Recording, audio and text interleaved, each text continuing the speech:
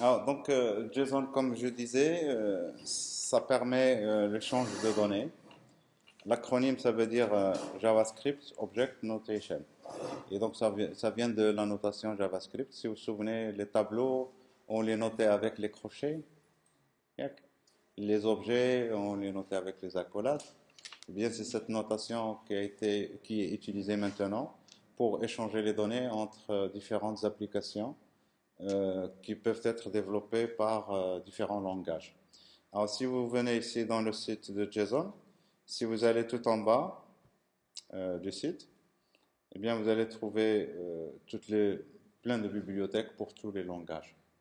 Et donc, alors, qu'est-ce qu'on peut faire avec JSON? Donc, si vous voyez, il y a plein de tous les langages que vous pouvez imaginer, vous avez des bibliothèques pour ça.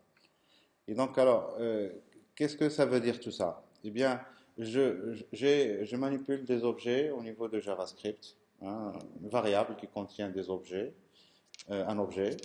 Et donc, cet objet, je veux l'envoyer vers le serveur. Eh bien, pour l'envoyer vers le serveur, on ne va pas l'envoyer comme ça. Il faut le sérialiser.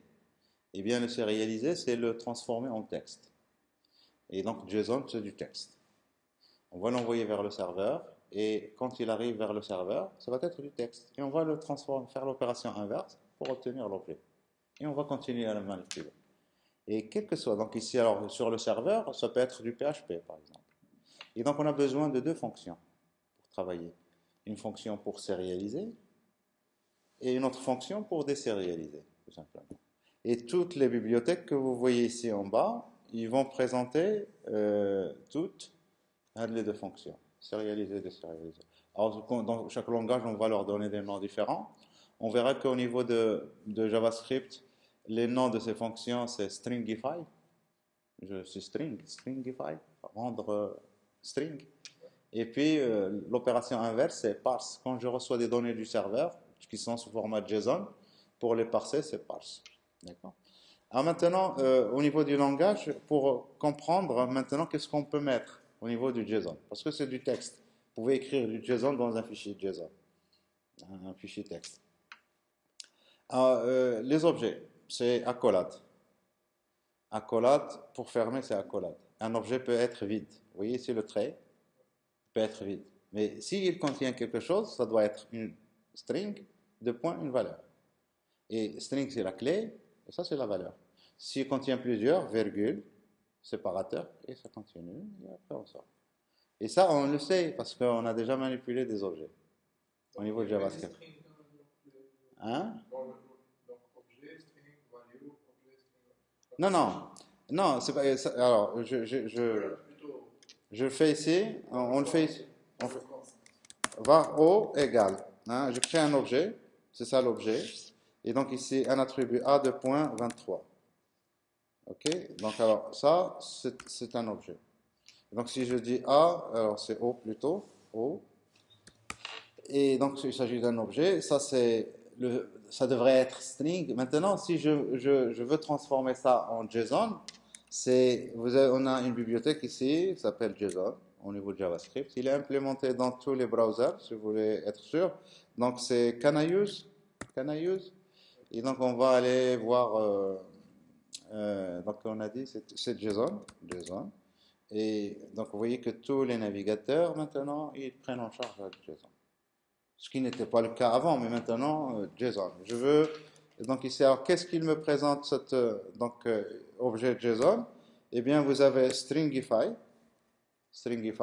et vous lui donnez votre objet comme paramètre. Et vous récupérez var ici s égale. Voilà, donc mon s ici ça va être du JSON. Ça c'est du JSON. Ça, c'est mon objet JavaScript. Ça, c'est JSON. Maintenant, j'envoie ça vers le serveur. Je récupère ce texte.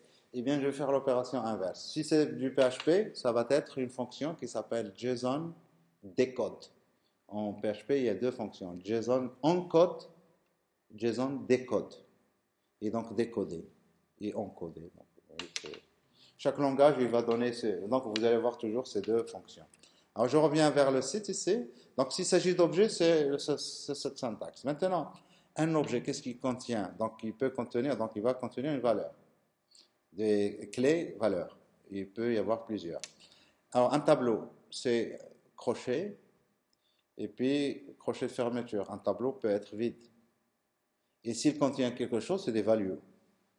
Value, si plusieurs, il faut mettre virgule. Donc, vous voyez ici, je reviens. Hein. Je ne peux pas ici venir par là, vous êtes d'accord? Hein, donc, on ne peut aller que par là. Ou si je viens là, je dois passer ici. Ouais. Ici, maintenant, ce value qu'on a ici et ce value qu'on a là. Qu'est-ce que ça peut être? Eh bien, value, ça peut être un string. Ça peut être un number. Ça peut être un objet. Comme on a vu, ça peut être un objet comme ça.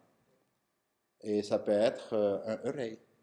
Ça peut être true, ça peut être false, ça peut être nul et rien d'autre. Et là, je pense qu'on a tout ce qu'il faut ici. Alors maintenant, ça c'est donc value. Maintenant, string, c'est quoi string? String, chaîne de caractères. Alors une chaîne de caractères peut être vide, mais il doit absolument commencer par les doubles quotes, double guillemets, pas simple quote. On est en JavaScript, on peut utiliser avec simple quote. Et ça concerne tous les langages, et donc on s'est mis d'accord, c'est double quote pour les chaînes de caractères. Et donc ça veut dire quoi? Ça veut dire les clés, ici, les clés, il faut absolument mettre les double quotes. En JavaScript, ici, quand j'ai fait ça, ici en JavaScript, j'ai pas mis les quotes ici. Mais quand j'ai sérialisé, vous voyez ici les quotes. D'accord? Alors, donc alors, ça peut être une chaîne vide, et ça peut être n'importe quel caractère, autre que double quote et anti-slash. Et donc, alors, si vous avez des caractères, si vous voulez mettre anti-slash, ben, il faut l'échapper. Anti-slash, anti-slash. Parce que le caractère anti-slash, ça sert pour l'échappement.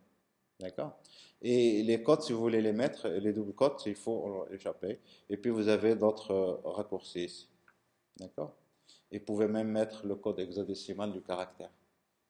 Ici, en UTF. U. Et puis, nombre. Alors, c'est quoi un nombre? Alors, je vous fais ça, donc il faut que vous voyez une fois le site, et à chaque fois que vous avez du JSON et vous avez des doutes, il faut venir ici.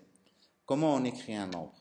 Le minimum pour un nombre, c'est 0. Vous voyez ici, 0, je passe par là, et là je sors. Minimum, c'est 0. Est-ce que je peux écrire 0, 0? Eh bien non. Je regarde ici, 0. Est-ce que je peux mettre encore un autre 0? Eh bien non, il n'y a pas. Si je passe par là, c'est virgule, point, décimal. Et là, si je passe ici, là, je peux mettre encore un digit, c'est 0 jusqu'à 9. 0, 1, etc. Donc, et je peux faire ça autant de fois que je veux. Et après, je peux sortir. D'accord? Mais au lieu de sortir, je peux passer par là. Et là, c'est 10 puissance, c'est exposant. E, vous pouvez mettre majuscule ou minuscule, c'est kiff kiff. Et vous pouvez passer par là, vous pouvez passer directement, et là, c'est des digits. 10 puissance 5, par exemple. Hein? Et vous pouvez faire ça le tour autant de fois que vous voulez. Et donc, si je passe par là, c'est équivalent à plus.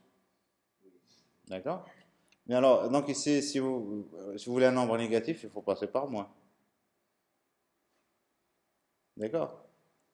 Et est-ce qu'on peut écrire 0,1 tout court, 0,1?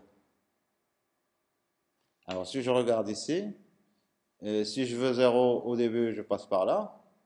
Si je passe par là, j'ai de 1 jusqu'à 9. Et donc, je ne peux pas avoir 0, 0. D'accord? 0, 0, c'est impossible. D'accord? Ah, avec le soleil? Ouais, bah, il fallait le dire. Ouais, donc ça c'est le. Alors ici, donc, si je veux, ici, vous voyez ici, j'ai les digits 1 jusqu'à 9. Alors, si je passe par là, c'est 0, et donc je suis condamné, soit je mets virgule, soit je passe directement. Si je passe ici par là, eh bien, je n'ai que 1 jusqu'à 9. Et puis après, donc ici, vous avez les digits, c'est de 0 jusqu'à 9. Et donc, vous pouvez, si vous voulez 109, eh bien, vous faites 0, plutôt 1. Et puis ici, 0, 9, et là, je sors. Vous voyez le truc? Bon, j'arrête. C'est ça, Jason. On expérimente un peu. On crée un vrai objet. Donc, je reprends donc ici mon objet. Et donc, var o égale, et donc ça peut être n'importe. Vous pouvez créer juste un tableau et le sérialiser en JSON. Moi, je vais créer un vrai objet qui contient à peu près tout. Donc, qui va contenir